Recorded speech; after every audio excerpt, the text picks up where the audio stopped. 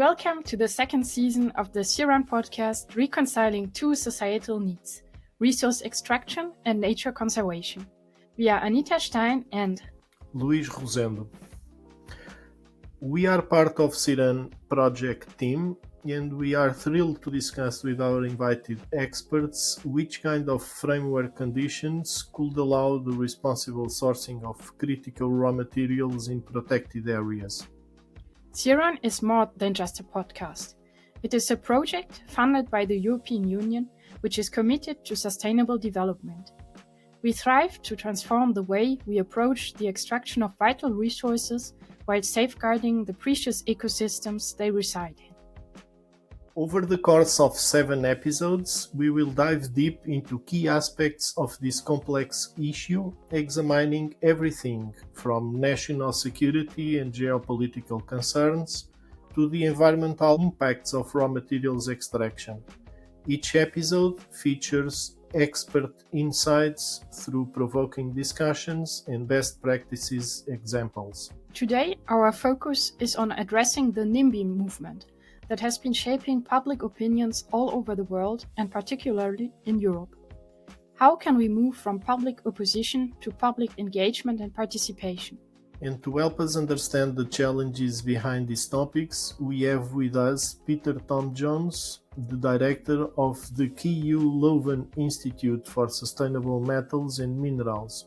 Jones has been working in this field for over 25 years, since obtaining his MSc degree in Environmental Engineering in 1996 and his PhD degree in Metallurgy in 2001.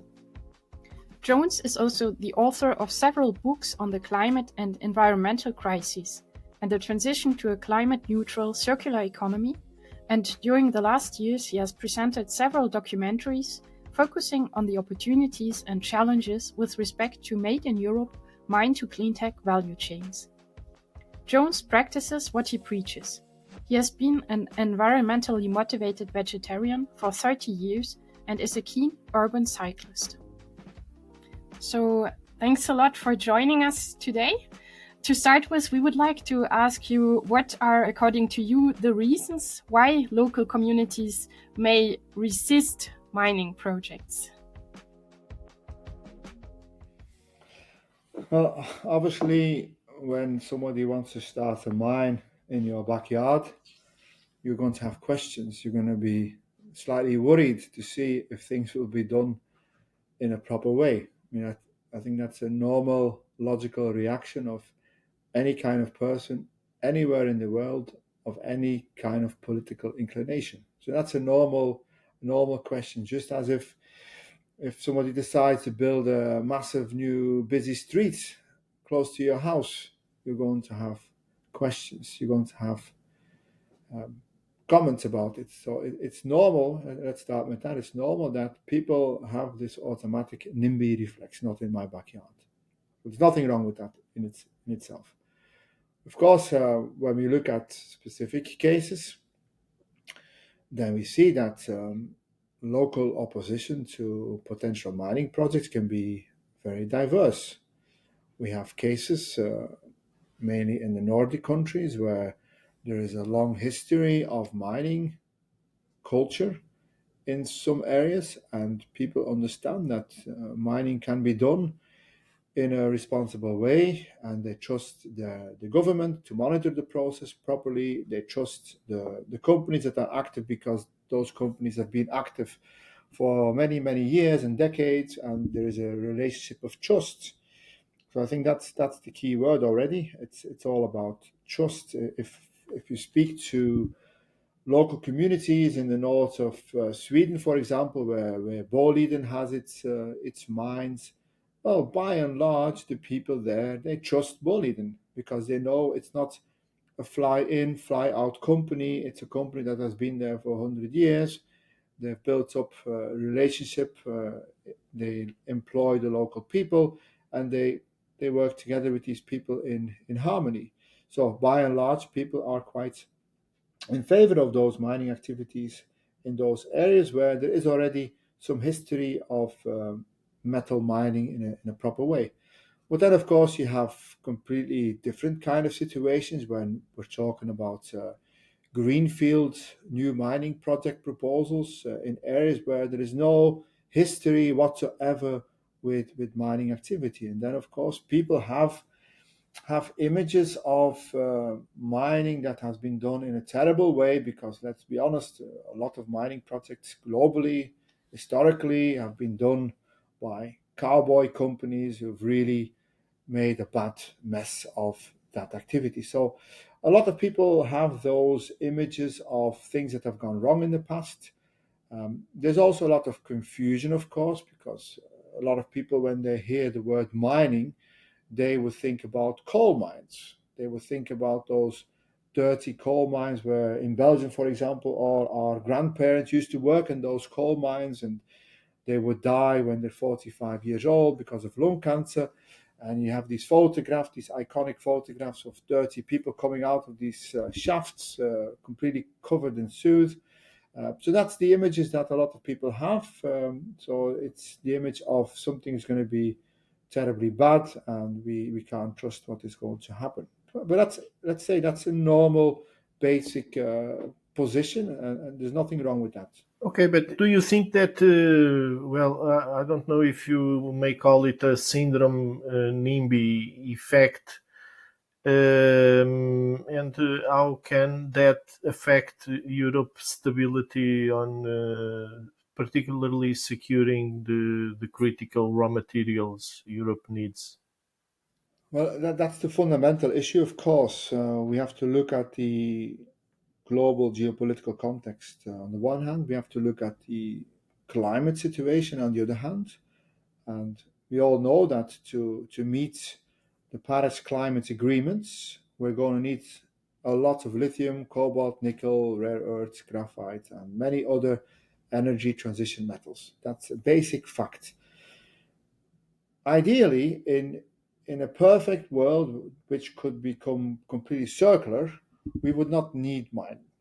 So in the ideal world, we would not need to mine, extract new minerals from the crust.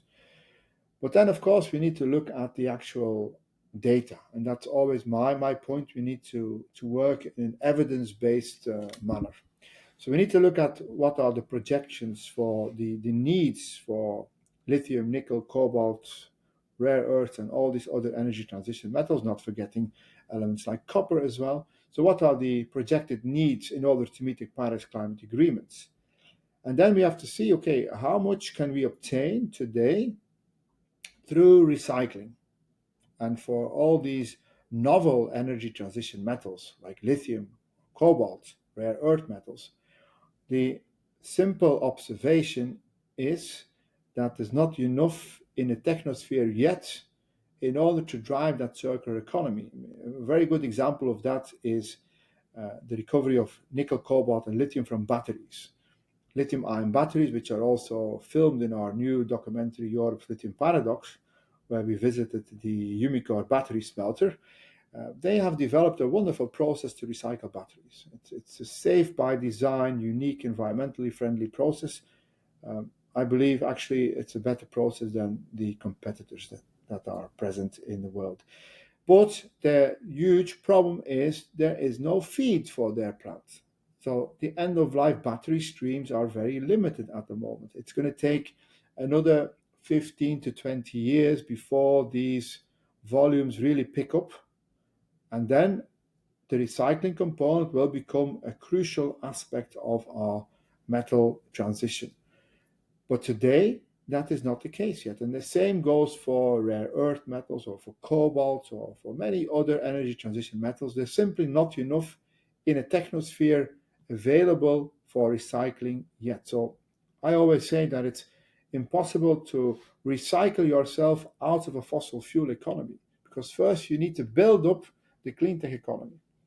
So recycling is absolutely essential, and calculations show that by 2050, and these are International Energy Agency calculations, they show that by 2050, lithium, nickel, cobalt through recycling could satisfy about 25 to 40% of the primary demand in 2050. So it's a proper level of contribution, but it's not going to provide all of those metals. So solution number one about recycling, I mean, it's clear, it's in the picture. We should really support it in the best possible way, but it's not enough.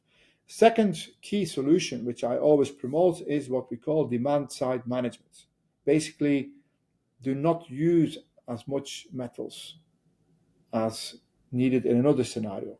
And basically, examples like modal shift in transport, when you move people from private cars into electric public buses, or you move people from very big electric SUVs to smaller electric cars, or you take people out of cars and you put them on bicycles, electric bicycles. These are all ways to reduce the primary demand for metals. And again, there is evidence about how much this can solve the problem. Transport and environment, for example, have made a calculation that if you would pursue an aggressive demand-side management scenario, you could reduce the cumulative demand for metals by 2050 with about 25%. Again, good, but it's not 100%. It's not that it removes the primary demand for metals completely. So if you put these two things together now, the primary demand will still be huge. It will partially be compensated by recycling and by demand side management, but it will never be enough to meet the entire metal demand for our energy transition. And furthermore, we also need to make one additional comment here about the demand side management scenarios. These are scenarios which are politically very difficult to manage because the political support for an aggressive demand side management scenario is not very big. There's only small clusters of society who are willing to accept such a radical demand side management strategy. Can you imagine to convince the largest share of the Portuguese population to forget about their car and to only move through buses or through bikes? It's simply not going to happen, even if it were ideologically and environmentally the best possible solution. The political support for that scenario is simply not there. But what I'm trying to say here is that even if it were there, purely hypothetically, we would move towards a post-consumerist, even post-capitalist society with less demands for economic growth. Even in that scenario, with a world population of 9.8 billion people in a couple of decades, the demand for metals remains gargantuan. So the question always comes back, where are we going to get the metals from? And then we have different possibilities. We can stick with the business as usual scenario. The business as usual scenario means that we don't mine our metals in Europe. We just let someone else do the dirty work for us. And this is the business as usual scenario. This is what is happening now. So that means Rwanda, DRC, other Central African countries, Indonesia can do the nickel, China can do the rare earths. So we just allow the global south to produce the metals. And of course, we all know that the ESG standards in those countries are not the same as what they would be if we would do mining in Europe. And that's my point. If we have to answer the questions, where are we going to get the metals from, then I think it is hypocritical to just say, let the global south produce the metals and we will just import them. Let them have the social and environmental misery, and we just import nice smartphones, laptops, computers, electric cars, whatever, electric buses. We can just import that from somewhere else. Of course, that's an abdication of our moral obligation. So in the end, the question comes down to, are we also going to allow the production of metals in the richer countries, in those countries that have not been mining those metals the last decades? And that's for me, in the end, that's the key question. Is Europe going to come to terms with that basic, simple truth that we will have to do some energy transition mining in our bedrock on this continent. And if people are not just convinced for moral reasons, then they should also think about the security aspect, because we do live in a different world in 2025 compared to 25 years ago. We live in a Trumpian 2.0 world. We live in a world where resource wars are becoming part and parcel of our reality. And we're seeing that now. We're seeing it with Trump trying to force a deal upon Greenland, Trump trying to force a deal on Ukraine for minerals for security, Trump trying to work together now with DRC to gain access to the copper and the other critical metals in that country. We're seeing that all over the place. We're seeing resource wars between Rwanda and DRC at this moment. This is all about the energy transition metals.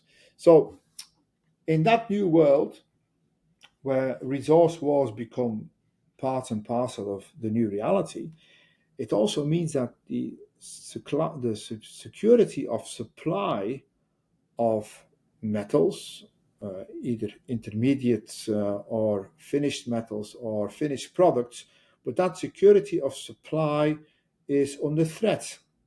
We can no longer guarantee that the European Union will automatically gain access to all the metals and other critical minerals that we need to satisfy our clean tech transition. And then that becomes a very dangerous scenario where Europe does not have access to lithium or to lithium-ion batteries for its clean tech transition. And then we can't meet our climate goals because we don't even have access anymore to the materials or the products. So this is a fundamental existential question mark for the European Union at this moment. Following that existential need for Europe to have our own mining, how do you see the problem of markets, particularly on how China approached their needs for those metals, for those critical raw materials? We see that the European Union is in a very difficult predicament at the moment to secure its metal production. We are indeed competing with other blocs who work in a completely different way. On the one hand, we have China, which has had many 5-year plans in order to prepare for this global mine to clean tech domination. So they have invested enormously over decades into this strategy, which means that they've slowly built up their capacity to mine, to refine, to build batteries, to build permanent magnet motors, to build electrolyzers, electric vehicles, electric buses, wind turbines, you name it. They dominate the global clean tech production. For most clean tech products, they now have more than 60% of the markets in their hands. And they've done that by a concerted strategy. They've done that by throwing massive state subsidies at securing the mines, the refineries, the battery production, the magnet production, and the EV assembly. So they have looked at it from an integrated supply chain perspective. They've not said, okay, we're just going to focus on 1 or 2 points of the supply chain. We're going to make sure the whole supply chain is truly well developed. And if you look at the upstream parts of that supply chain, that also means that they've had a very aggressive strategy in going to countries all over the world to secure mining locations. And we see that now with China, with their Belt and Road Initiative, that they have gained themselves access to many African countries where they now control a lot of lithium mines, copper mines, rare earth mines, cobalt mines. Well, copper and cobalt go together, of course. So they have invested heavily and pursued an aggressive strategy to gain access to these locations. From an ethical point of view, one may have some questions about that strategy because you know that they also fly in their Chinese engineers and workers to those mining locations. So it's not that the local population in those countries are actually profiting from those mining activities. It's really a grabbing activity, I would say. And then those concentrates are produced in African countries and they're sent to China for refining. They're doing something similar for nickel in Indonesia, where they've taken over the nickel industry from the nickel laterites. They've built plants together with Indonesia, and in this way, indeed, they secure the massive production of nickel intermediates and nickel sulfate for the NMC batteries in China. If you look at the other new opponent, you could say that's the United States of America. A couple of years ago, of course, they had this Inflation Reduction Act strategy of Joe Biden, which was also a quite successful program in order to guarantee the cleantech production in America, with a very deliberate strategy to go for a Made in America strategy. And now with Trump, this is, of course, is continued, but it's a way more aggressive strategy than it already was through Joe Biden. And with Trump, we now see terra incognita. So it's unseen territory. We don't know exactly what will happen, but clearly he is shaking up everything by pursuing aggressive deals with countries just even to take over a country like Greenland. I mean it's insane, the whole idea of it. And then you have the European Union, which is looking at this, and yes, we are not really ready for this fight, because if you put it into sports terms, Europe is playing a kind of a game with a ball. I wouldn't call it football, because Europe is thinking that we are playing a game which is football, and we have football rules, which means that you're not allowed to kick each other, you're not allowed to grab the ball with your hands. But our opponents, they are playing the same game on the same pitch, but they do not use the football rules. They use rugby rules, they use karate rules, they use everything you want. And we, as Europe, we don't want to get our hands dirty. We say, we play by the rules, we play football rules. But how can we win? How can we win that game against the opponent who is using karate and rugby at the same time? Now, I'm not saying that we should start using karate and rugby, because it's simply not the European DNA to do so. But I do think we need to question ourselves. And for me, that means a renaissance of mining of energy transition metals in Europe is part of that strategy. We do have to realize that it is now or never. We will need to build some strategic mining projects for lithium, rare earths, copper, cobalt, nickel, graphite in Europe. And secondly, we will need to work together with like-minded countries. I think that's really essential. So there are still countries out there in the world that also uphold similar ESG standards and moral standards as we do. So obviously, I'm thinking about Canada, I'm thinking about Australia, I'm thinking about South Korea, not for resources, for mining, but for battery production, for example. So I do think there are countries there that still want to work in a democratic, liberal tradition. And I think those are the only ones Europe can really work together with. Yeah, not forgetting Chile. I think Chile is a country with whom we've also signed a strategic partnership. I do think we need to do business with Chile and work together with them in the whole lithium supply chain, and also copper is very relevant there, of course. But yeah, if you ask me, do we have the chance or the possibility to work with countries like Rwanda and DRC? I don't think we can do that, because we rightfully, if we go there, we will say, look, we want to respect certain ESG standards, but we are competing in those countries with our adversaries who are using the karate and the rugby rules. So I really don't think we have any chance to really get anything going there. I think that just doesn't work. So yes, we need to wake up with Europe. I've said this many times, wake up Europe, because it's now or never. So that means that we have to understand, on the one hand, the climate situation, and we do not want to give up on our climate mitigation strategy. That's, for me, the essence of what I'm doing. My mission is to satisfy the climate agreement targets and to drive this clean tech transition in Europe. But on the other hand, we also have to stop being naive and understand that we live in a new geopolitical framework, which means that we cannot just be reliant on the rest of the world for key components in our supply chains. So that means developing partially made in Europe supply chains from mine to cleantech product, and of course, with a very specific focus on the circular economy and the recycling aspects of those cleantech products that we produce. And that should be our European answer, not to try to compete with the Americans and the Chinese and the Russians with karate and with rugby.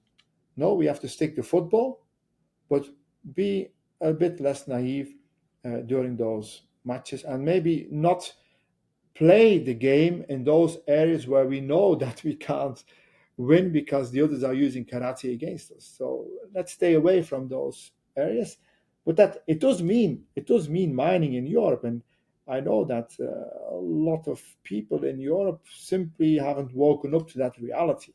But we have to. There is no alternative. And I'm saying that as someone with a green background myself, with a climate background, environmental background. I understand we need some responsible mining in Europe. Thank you. I'd like to get back to the topic of public acceptance, and I was wondering if you could share with us some examples where community conflicts could be resolved in a successful way in Europe. First of all, I don't like the concept of public acceptance. I think using the concept of public acceptance is a wrong starting point, because that means that somebody knows what is right and the others just need to accept it. So if you use that concept for a mining project in a greenfield area, it means that the mining company goes to the greenfield area and says, look, we need to mine here and you need to accept it. And we're going to try to now socially engineer you until you accept that we need to mine here. I mean, that's the wrong starting point. It's top down. It's got to be maybe a little bit top down, because we don't have much time left, of course, given the urgency in which we are situated. But it's also got to be a bottom-up participation engagement strategy. And we need to work together with local communities and make them buy into something which is also positive for them. So we need to look at this at the local development perspective, that this is a huge opportunity for building up a future-proofed cleantech-based economy, which allows job possibilities, proper jobs possibilities for the future, which develops the whole area, which reinvigorates the whole area. Are there examples of such practices? Yeah, I think in the Nordic countries, if you go to places like Kiruna or Aitik, you see that there. I mean, the local communities there, they live in harmony with the mining activities. They know very well that if the mine dies, the whole village dies. And in Kiruna, that's the best possible example, of course. It's a little town right up above the Arctic Circle for this huge iron ore, and in the future also rare earth mine of this Swedish state company LKAB. And there, the whole community of Kiruna is living in harmony with the mine. Without the mine, the village doesn't exist. So all the hotels, all the restaurants, the hairdressers, everything is connected somehow to the mine. So people either work in the mine or they work in jobs that are somehow related indirectly to the mine. So the whole community has developed there because of the mine. To give a counter example, that's the dramatic thing that is happening now with this other place in Sweden, is Skellefteå. Seleftea is the village where Northvolt is based. So Northvolt, the big battery player of Europe, our cleantech champion, we thought a couple of years ago, they built this super modern gigafactory for NMC lithium-ion batteries. And the whole village was developed very quickly and integrated around 5,000 people from all over the world coming to work in that battery factory. And now bankruptcy has been declared. So that means that those 5,000 people are losing their jobs, but also all the people living in that area, in the hotels, the restaurants, the bakeries, the pharmacists, the doctors, you name it. The whole community is collapsing now because the battery factory has to move out, it's bankrupt. So it just shows that everything is connected. So the same for new mining projects. We have to develop them in such a way that the local population is a true stakeholder and maybe even a shareholder in the future, financially, of the mining project, so that they feel closely connected. Not like in Africa, where the Chinese have mining companies that fly in Chinese engineers and Chinese workers to come and work in these African mining activities, leaving nothing for the local African population. No, it's clear that if we want to develop greenfield lithium, rare earth mining projects in Europe, we have to hire and train local people. We have to involve the local businesses, the local suppliers, the local farmers. We need to pay fair salaries. We need to provide very safe working conditions with PlayStation controllers and all of that nowadays. So it's clear that the local communities need to profit from it. That's a given. I mean, that's evident. And if that doesn't happen, then it's just someone coming to steal their resources. They get the benefits, and the local population only has the burdens. So I personally, I am also involved here in Belgium in energy corporation. So I'm a shareholder of the energy corporation, which means that when they build a new wind turbine, I'm also partially owning that wind turbine. And by doing so, the resistance to new wind turbine projects has decreased in Belgium, because people are part of this cooperative structure. So it's a cooperative company, and they are co-owners of the wind turbines. It's a completely different thing than when this big energy company comes here and builds huge wind turbines without asking us and taking all the profits from the wind turbines. I mean, that's a model that is not for Europe anymore, for the future. So I believe in cooperative structures, and I know we've only just started this equation, but I do believe when we have new mining projects, we should think about shareholder models as well, where local communities even become partially also the owner of the mining activity. But of course, it's the whole social fabric around it which is essential, that you hire the local people, you train the local people. You make sure that the food that is produced locally is also served in the local canteen of the mining company.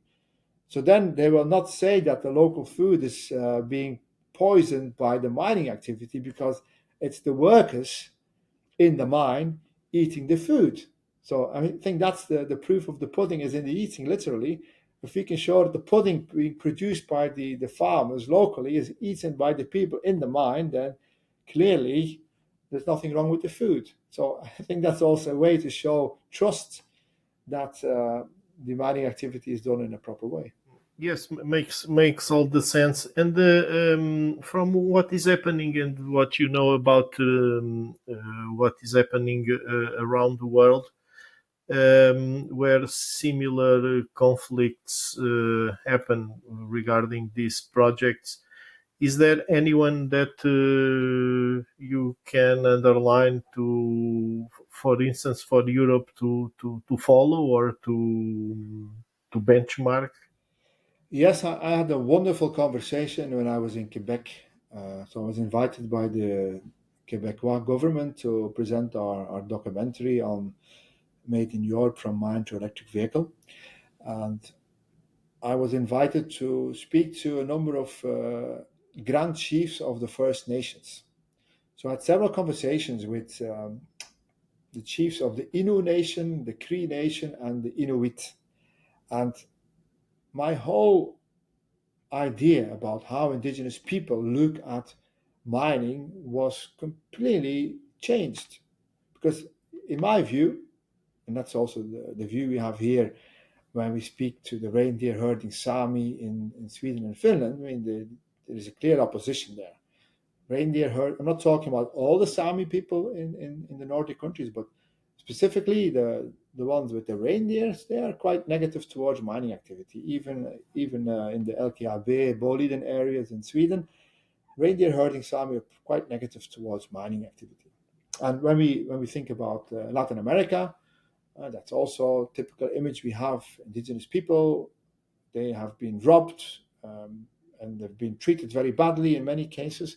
So there is an animosity of indigenous people in Latin America towards mining activity in general, you could say. Ecuador, Peru, Bolivia, and those countries.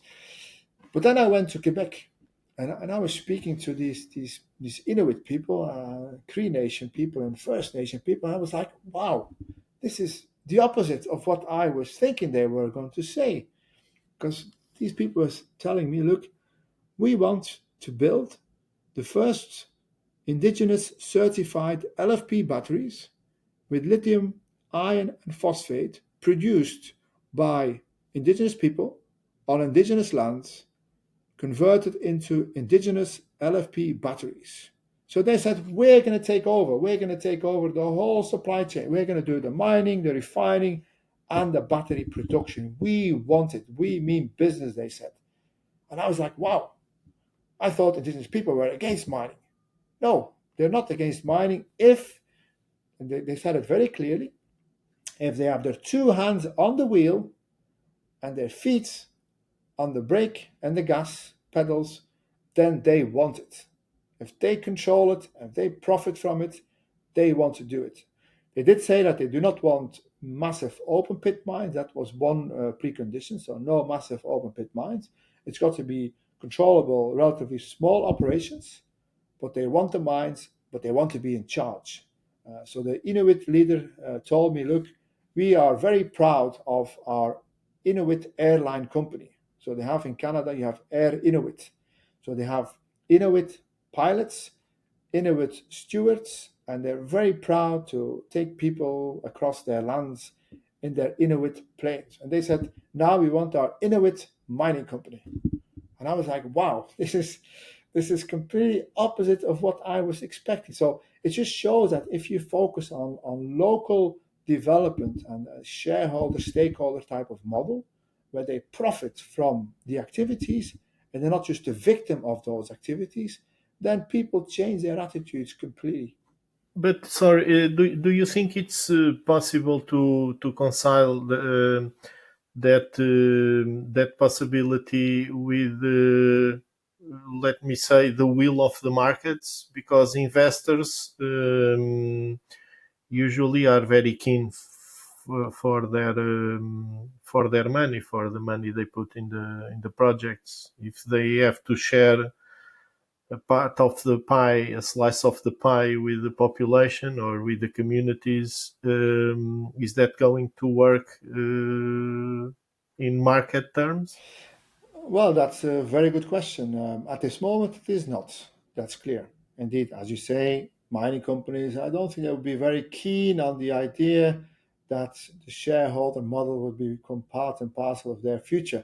Probably some of them are swearing now when they're hearing me say this, but I do think if we want to move towards a genuine social license to operate for mining activities in the Western world, I do think we need to rethink those business models and to open a certain space.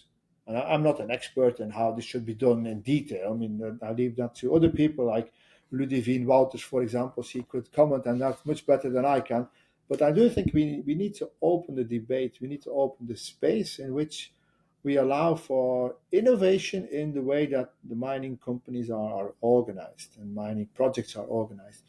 But I do believe we really need to have genuine local public participation and not just public acceptance, because the public acceptance model, frankly speaking, it's not going to work in Western Europe, where we have intelligent people who think for themselves, and they are not just going to accept something that is said by someone else because they need to accept it. I mean, look at the new generation of kids. They don't accept, well, they don't even accept what parents say to them. So why would they accept when a mining company is going to tell them? So we need to rethink this. We need to really open up that space, and let's start that conversation with the mining industry, because if they want to mine in Europe, they're going to have to do it in a different way, especially in greenfield areas where there is no tradition of mining activity.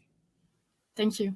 I'm afraid we will need to close the podcast, but I'd like to ask you perhaps for a final statement on how you see the role of community engagement evolving in future mining projects. If you want mining to happen in Europe, we're going to have to reconsider our business model for mining activities, especially in greenfield areas. So I do believe in genuine participation by local communities, so that they also even become shareholders of the activities. In a similar way as we've seen in Belgium for the energy cooperation models, that's for me the way to go. Okay, it's a powerful last statement. Thank you so much for being with us in this podcast. And yes, let's see what the future brings us in this sensitive topic in Europe.